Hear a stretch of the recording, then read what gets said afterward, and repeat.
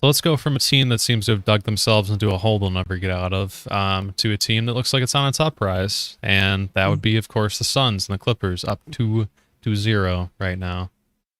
Yep, and this is very surprising because I really thought that the Suns. I knew the Suns were growing every like the past couple of years. I knew that they were getting better and better with Devin Booker and DeAndre Ayton, and going into their second year together. I knew that they were going to be improved for sure, but it was one of those where I didn't think they were going to make that much of an improvement. So I thought Chris Paul was really the keystone for it and why they were improved so much. But this series, I mean, granted, the Clippers don't have Kawhi Leonard, who's probably the best player in that series if he's healthy, and that obviously is going to change the series for sure. But the problem is that the Clippers also don't have one of their best players in Chris Paul, who's their facilitator and talent. And then now you're going to talk about how these two teams are going to go head to head, missing their two of their key players. You really think like, okay, maybe they might trade one and one, or maybe the Suns, who weren't very good last year, are going to continue or revert back to that, because that's what you've seen in the past. But the thing is that it's now become where you go, oh no, the Suns really grew as a team, and even without Chris Paul, are still a very formidable team. And yes, they are going against a injury, driven team right now in the Clippers because of losing Kawhi Leonard. But it's one of those where they're playing well together and are looking like a championship caliber team, which leads to my next point, which I think they're going to win the finals. It doesn't even matter who they go against, whether it be the Bucks or the Hawks. I think they're winning the finals, and I think it's because they're playing so incredibly well together and are playing so incredibly just well as a whole. And then It just on feels top like of their it, year, doesn't it? yeah, The way things I said gone. this. Yeah, if you look at one of our past videos on YouTube, the title of the video is "The Suns Feel Like a Magical Team This Year," or "It Feels Like a Magical Year," You've and been that's hitting those what it still predictions. yeah, it still feels like that this year. It still feels like this is a magical year for the Suns. And if you look at the way that it's gone, going 2-0 or going up 2-0 in the series against Clippers is huge because they haven't had Chris Paul. So the fact that Chris Paul has had like a week or two of rest and is now going to come with fresh legs into a series that his team's already up 2-0 and seems to be the better team, they're probably going to sweep the Clippers. They're probably going to sweep the Clippers, and they're probably going to roll into the finals with more rest because the Bucks Hawks series is going to probably go 5 or 6 games.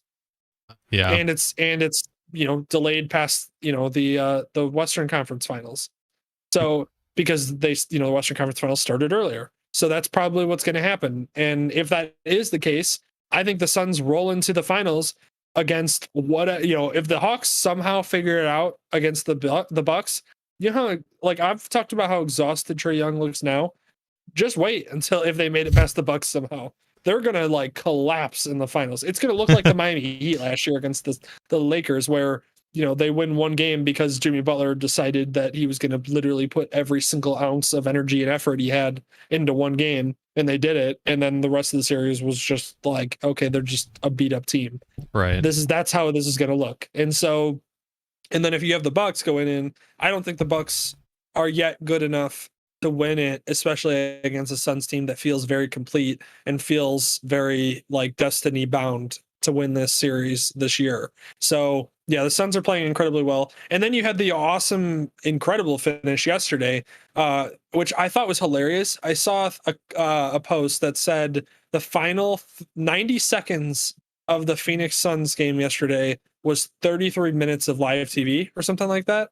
It was that bad? I heard it was bad. How long? It was the final 90 seconds? Yeah, the final 90 seconds. So the final minute and a half of the game lasted 33 minutes of real time. Wow. And it was because I guess there was five like reviews that happened.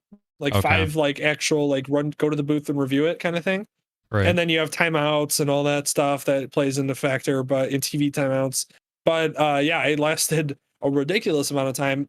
And the Suns finished in one of the perfect drawn up, as perfectly drawn as it could have been, inbounds plays where you get an alley-oop off the inbound pass, 0.9 seconds left on the clock. So you either get a quick jumper, like as soon as it hits the person's hands, they have to get it out of their hands immediately. Or you get something like this where going to the rim, you get an an open alley oop, and you can either tip it in or dunk it in this case, where DeAndre Ayton nailed it, and it was like literally beautiful. And I know people had questions about, especially looking at this picture, like, oh, is this goaltending? No, because it was coming off of an inbounds pass. It's not a shot on the goal, and so because it's not a shot on the goal, it's not goaltending if he's touching the ball while it's still within the cylinder. Right. So this is still considered a pass. Whereas I think if he makes the shot, so like say that ball hits the rim and goes in on the inbounds pass, that's not considered a made basket because the ball was out of bounds to begin with. So that's the way that you kind of have to look at this, I'm pretty sure. Yeah. And so that's not goaltending. He can touch the ball totally fine as long as it hasn't, hit the rim or gone in or whatever beforehand. So he grabs the ball right above the rim, slams it through.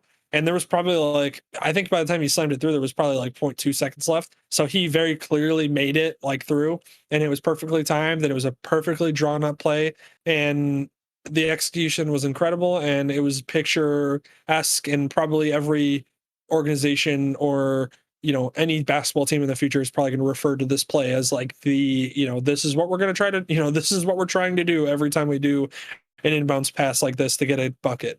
So my question with that is, me not knowing the knowledge or not knowing that particularly, but if he had it in his hands and he was off the ground and still like say right before he actually dunked it and the time ran out, would it still count? Does it not count? Yeah, if the ball is touching his fingertip and the time runs out, even if he's in the air, it's game over. Wow, not game over in that case. It's just that it's game over. The dunk doesn't count. The ball has to leave his fingertips, whether it be because if you think about a jump shot, they're in the air on a jump shot. So it's the same concept, just in an alley-oop. So if the ball leaves the fingertips before the time runs out, the dunk counts. If the ball's still on even one part of his fingertip, then it's not. Okay. So I want to respond to a very terrible, stupid comment that I saw because I knew you were talking about the 90-minute thing and the 90-second thing. I think it was a Rob Gronkowski tweet or something that was like, wow, they really got to shorten up, in like paraphrasing, they really got to shorten up the end of these games. They're taking forever. And people were like, oh, the final 90 seconds of like a football game lasts forever. And be like, that's not the same thing, like literally at all. One, obviously it's a completely different game. Two, there's also getting out of bounds and stuff and actually like running. The clock is an entirely separate entity as it relates to NFL football compared to basketball. There's a lot more happening usually. Well, and the other thing too is an NBA play, if you get a quick inbounds pass and shot and he makes it, that could be like a 3-second exchange. Whereas in the NFL, like running a full play at the end of the game might take 6, 7, 8, seconds. And so, 12 seconds left on the clock in an NFL game is maybe 2 plays. Whereas an NBA clock, 12 seconds is like, oh, we could switch possessions like 3 or 4 times in this time period because one team passes it in, gets fouled immediately, 1.5 seconds comes off the clock, and then they hit 2 free throws. And then the other team gets it, calls timeout, pulls the ball. And then the other thing, too, is in the NBA, you can call timeout and advance the ball up the court. And then when that happens, they get the inbounds pass on the other side of the court on the offensive side. So then they could run a play where a guy comes off a pick, catches it from the inbounds, immediately takes a shot, makes it. And now we're talking about 2 possessions that occurred within 3.5 seconds. So that's why the NBA is very different than the NFL in that sense, because 3 possessions could occur in the same amount of time that 1 plays ran in the NBA or NFL. But see, like your answer is never going to get the same amount of likes or like coverage on Twitter, which again, it comes up so often. I feel like I've said this a number of times in the podcast. Just don't ever read Twitter comments unless you're looking for a fight and you just want to be mad about something, which I could do frequently. Like, I'm not going to lie. I see something controversial. And I'm like, I can't wait to see what's going to be said here. I know I'm going to be right. And most of the time I am, but don't ever look for an intellectual discussion and actually explaining like you just did, because restricting it to, what is it? You used to be 140 characters. Now it's longer. So bad. Terrible. Just doesn't go anywhere.